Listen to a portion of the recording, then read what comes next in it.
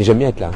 Parce que c'est vrai qu'ici, les veillées d'armes comme ça, c'est pas dans la journée qu'on les apprécie. Moi j'aime bien toujours faire mon petit tour nuitamment. Je suis un des derniers à rester dans mon bateau tout seul. Et puis hop, quand il n'y a plus personne, hop, je vais pas espionner, c'est pas ça, parce que ça on l'a fait depuis longtemps et les uns et les autres, heureusement.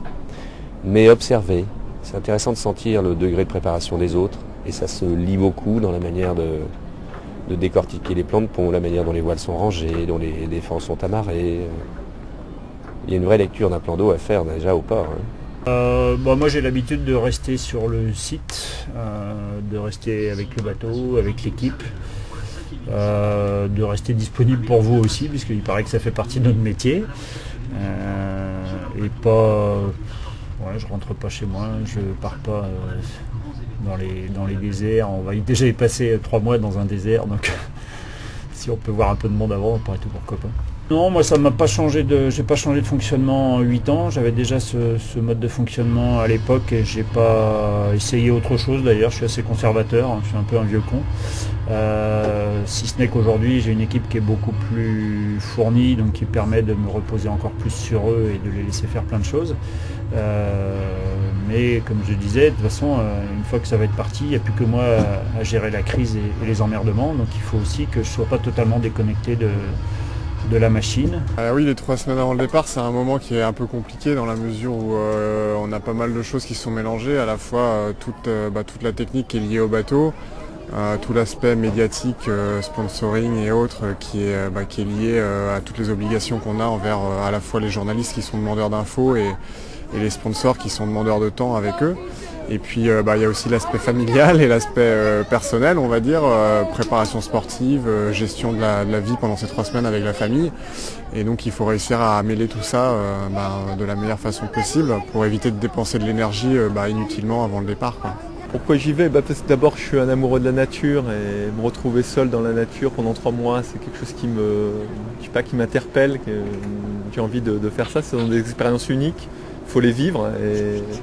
Et puis après c'est le compétiteur qui est en moi, l'envie de me battre. Et puis je suis quelqu'un qui est un peu un diesel, qui travaille sur le long terme. Donc quelque part cette course-là me convient bien parce que je sais que je suis tenace et je vais pouvoir tenir longtemps, quoi. Well, this boat, the mast is exactly the same height as a Volvo 70, which the Volvo race is now going around the world, and they have 10 crew, and they find that very difficult with 10. And our mainsail is actually bigger in area than the Volvo 70 main. But I don't have to do the sail changes as fast as a Volvo 70 with 10. I have to do it as fast as possible with one person. And I'm not finding it so hard. Incrementally it's maybe 10% heavier, all this equipment, than the other boats in the fleet. But because the boat is more stable, quite often I don't have to change the sails as much as the lighter boats, which tip over when the wind increases. So I'm very happy with the boat. In Canada, the Vendée Globe is a very big event, and all of the sailors and all of the people there are very familiar with Spirit of Canada, and now Algimus, Spirit of Canada. But they're very familiar with the Vendée Globe, and Canada is the number 2 country for watching on the internet, watching the Vendée Globe, and so it's very popular. Very, very impressive having all of the people here, and very busy on the pontoon, and the reception by the local people is very, very nice. They want to help, they make sure that we are comfortable, and they help us with the house and with the stores. It's very nice, very welcome. I think we'll start the race okay. Yeah, but the race, once we are 100%, then we can look at what the real goal is, and I suspect the real goal is just to finish. The boat is not the boat it was, and it's a miracle that we are where we are, really, and it's important to understand that and remember that, because if you don't, then it's easy to be disappointed, and actually I should be over the moon because the boat is sat on the dock and not at the bottom of the ocean and with me dead. On va rentrer d'un seul coup, on va se couper de ce monde-là pour retrouver un monde qu'on connaît peut-être un peu mieux. Avec de la bagarre, essayer de ne pas prendre trop de risques sur le départ parce que ce serait dommage que l'aventure s'arrête là. Et puis on sait que le vent va être quand même un petit peu fort dès les premiers jours. Donc on va essayer d'être dans le match sans prendre trop de risques, ce qui n'est pas toujours facile à concilier. Je m'autorise le droit à l'échec. Je sais que l'aventure peut s'arrêter très très vite. Un petit pépin mécanique, un problème de santé, n'importe quoi. Il y a beaucoup d'aléas et j'accepte ce risque-là. Et peut-être un peu moins mes sponsors, mais globalement, moi je m'autorise à rater le truc, quoi. Mais par contre, si j'ai la possibilité de bien faire et de gagner ce Vendée Globe, je ne vais pas m'en priver.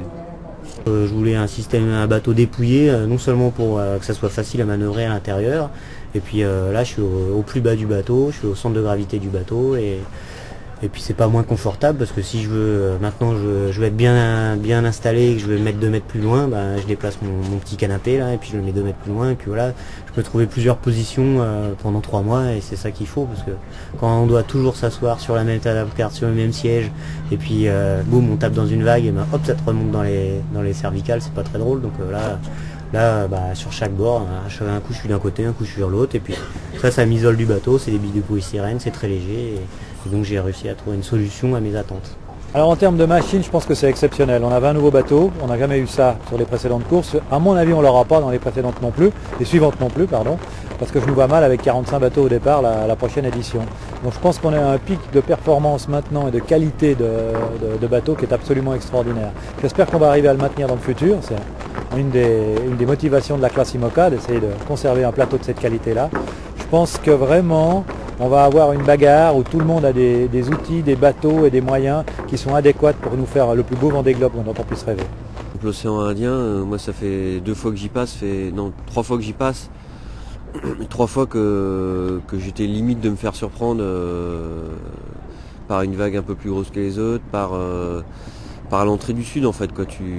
Et même à chaque fois en connaissant l'endroit, tu peux te faire surprendre. Alors j'imagine que le mec qui connaît pas, il a intérêt à faire gaffe, quoi, à l'entrée de l'Indien, parce qu'il va se faire cueillir à froid, et c'est là que se joue en fait, je pense, le passage ou non dans le sud. C'est là que ça se passe. Je pense que la voile c'est plutôt un sport d'expérience. D'expérience sur les conditions qu'on a pu rencontrer, d'expérience au niveau météo, d'expérience de la gestion du bateau et du bonhomme dans des conditions un peu extrêmes comme celle du sud. Maintenant, voilà, c'est un avantage si on l'a vu, si on l'a fait et si on a réussi à le maîtriser. Si on est allé dans le sud, qu'on a rencontré des grosses conditions et qu'on s'est fait peur et qu'on doit y retourner, je pense que ça n'a pas été évident à gérer, quoi, psychologiquement en tout cas. Donc du coup, le fait de ne pas y être allé, peut-être qu'on a un brin d'inconscience, on ne sait pas forcément où on va, et même si on doit gérer une fois qu'on y est, en tout cas on n'a pas peur d'y aller, quoi. C'est un marathon, donc moi j'ai fait de la course à pied, où j'ai fait de la randonnée aussi en ski de randonnée. Et voilà, je sais que devant moi il y a une montagne à gravir où il y a 42 km, où là c'est un peu plus en 1000, il y a 23 000 milles. Donc voilà, j'y vais en me disant que ça va être long, et il va falloir à la fois ménager sa monture et son skipper, mais il faudra tenir jusqu'au bout, et c'est ça la difficulté, et c'est ça mon objectif. C'est d'essayer de faire ce que je sais faire moi sur d'autres supports, et avec l'expérience que j'ai eue sur d'autres bateaux ou sur d'autres courses plus courtes, c'est d'y arriver sur une course très longue qu'est le Vendée Globe. I'm very fortunate to be on a new boat. Aviva as a sponsor agreed to a new boat, and I'm very lucky. And the boat is possible for it to do very well, but the limiting factor is me. And I hope that during the race my confidence will build so that I can perform at the same level of the boat. The Vendée Globe is the highest level of competition possible. The best sailors together racing around the world. It's a very difficult environment for me, having the position reports and the other competitors, but also having the wind and the currents with me. The boat is constantly going fast, and that is a big pressure.